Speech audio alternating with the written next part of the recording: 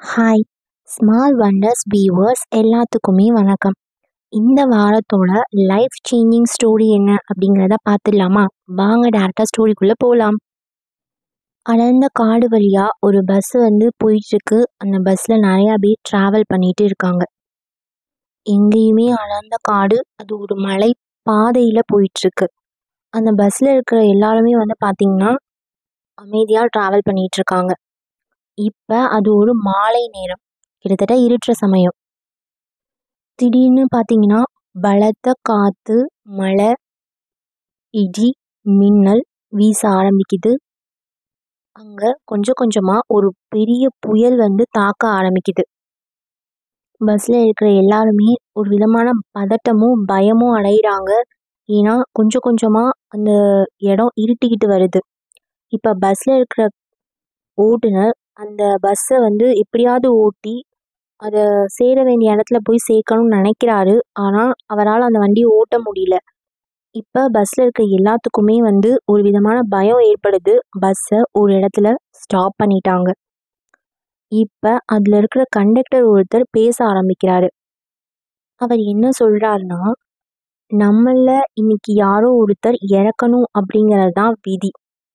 அந்த ஒருத்தர் காரணமாக தான் நம்ம எல்லாருமே இப்படி கஷ்டப்படுறோம் அப்படின்னு ஒரு தவறான எண்ணத்தை அவங்கக்கிட்ட எல்லாத்தையுமே சொல்கிறாரு.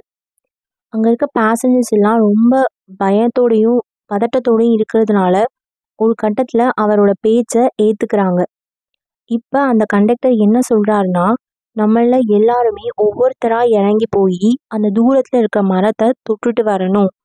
அப்படி தொட்டுட்டு வரும்போது ஒருவேளை நீங்கள் தான் இந்த நாளில் இறக்கணும்னு இருந்ததுன்னா, நீங்கள் அதை தொட்ட உடனே அந்த இடியால் தாக்கப்பட்டு இறந்து போயிடுவீங்க அப்படின்னு சொல்கிறாரு. இப்போ பஸ்ஸில் இருக்க எல்லாருமே பயத்தோட இறங்கி ஒவ்வொருத்தராக போய் அதை தொட்டுட்டு வராங்க. எல்லாருமே தொட்டு முடிச்சிட்டாங்க. கடைசியாக ஒரே ஒரு இளைஞன் மட்டும்தான் அதை தொடலை. இப்போ அவனுக்கு ரொம்ப பயமாக இருக்குது. நம்ம தான் ஒரு வேளை சாக போகிறோமோ அப்படின்னு. இப்போ பஸ்ஸில் இருக்க எல்லாருமே அவனை நோக்கி கத்துறாங்க. நீ தான் காரணம் நாங்கள் கஷ்டப்படுறதுக்குன்னு அவனை ப்ளேம் பண்ணவும் செய்கிறாங்க. இப்போ அந்த பையன் ரொம்ப பயத்தோடு இருக்கிறதுனால எல்லாருமே அவனை ப்ளேம் பண்ணி கஷ்டப்படுத்தி வார்த்தைகளால் அவனை கொடுமை பண்ணி அந்த பஸ்லேருந்து அவனை இறக்கியும் விடுறாங்க. இப்போ அந்த இளைஞன் ரொம்ப பயத்தோடையும் பதட்டத்தோடையும் அந்த மரத்தை நோக்கி நடக்கிறான்.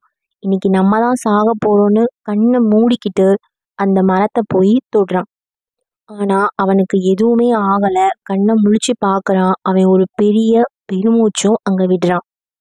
தனக்கு எதுவுமே ஆகலை அப்படின்னு தெரிஞ்ச அந்த பையன் ரொம்ப சந்தோஷமாக ஒரு ரிலீஃபோட அந்த பஸ்ஸை திரும்பி பார்க்குறான். அதை நோக்கி ஒரு 4 அடி எடுத்து வைக்கவும் செய்கிறான்.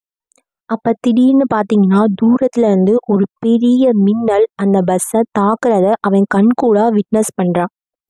இப்போ அந்த பஸ்ஸில் இருக்க எல்லாருமே ஒரு கொடூரமான முறையில் இறந்து போகிறாங்க. பஸ்ஸு எப்போ ஃபுல்லாகவே ஒரு சின்னாபின்னம் ஆயிடுச்சு. அந்த மின்னல் தாக்கப்பட்டு அந்த பஸ்ஸோட நிலைமையே மாறிடுச்சு. அங்கே இருக்க அதுலேருந்து யாருமே உயிர் பிழைக்கவே இல்லை, அந்த இளைஞனை தவிர. இப்போதான் அந்த இளைஞனுக்கு புரியுது, நம்ம காரணமாக இல்லை அவங்க இறக்குறதுக்கு. நம்ம தான் காரணம் இவ்வளோ நேரம் அவங்க சாகாமல் இருந்ததுக்கு. இது தெரியாம தான் அதில் இருக்கிற பேசஞ்சர்ஸ் எல்லாம் நம்மளை இறக்கி விட்டுட்டாங்க அப்படின்னு அவங்களுக்காக அவன் மனம் வருந்தவும் செய்கிறான். இதே போல தான் நம்மளோட வாழ்க்கையிலையுமே நம்ம தெரியாமல் மற்றவங்கள ப்ளேம் பண்ணிகிட்டு இருக்கோம். இப்போ இந்த கதையில் அவங்க எல்லாருமே அந்த இளைஞன் தான் காரணம்னு நினச்சாங்க. ஆனால் அவனால தான் அவங்க அவ்வளோ நேரம் உயிரோடு இருந்தாங்கன்றது கண்டிப்பாக அவங்களுக்கு தெரியலை. இதே மாதிரி தான் உங்களோட வாழ்க்கையில் சில பேர் உங்களுக்கு பிடிச்சிருப்பாங்க, பிடிக்காமல் இருப்பாங்க. சில பேர்னால தான் நம்ம காரணம்னு நினச்சிட்டு இருப்போம். ஆனால் கண்டிப்பாக அவங்களால உங்கள் வாழ்க்கையில் ஏதோ ஒரு நன்மை இருக்கும். எல்லாமே இங்கே காரண காரியத்தோடு தான் நடக்குது. ஸோ நீங்கள் கடந்து வர்ற எல்லாத்துக்குமே பார்த்தீங்கன்னா ஒரு காரணம் இருக்குது.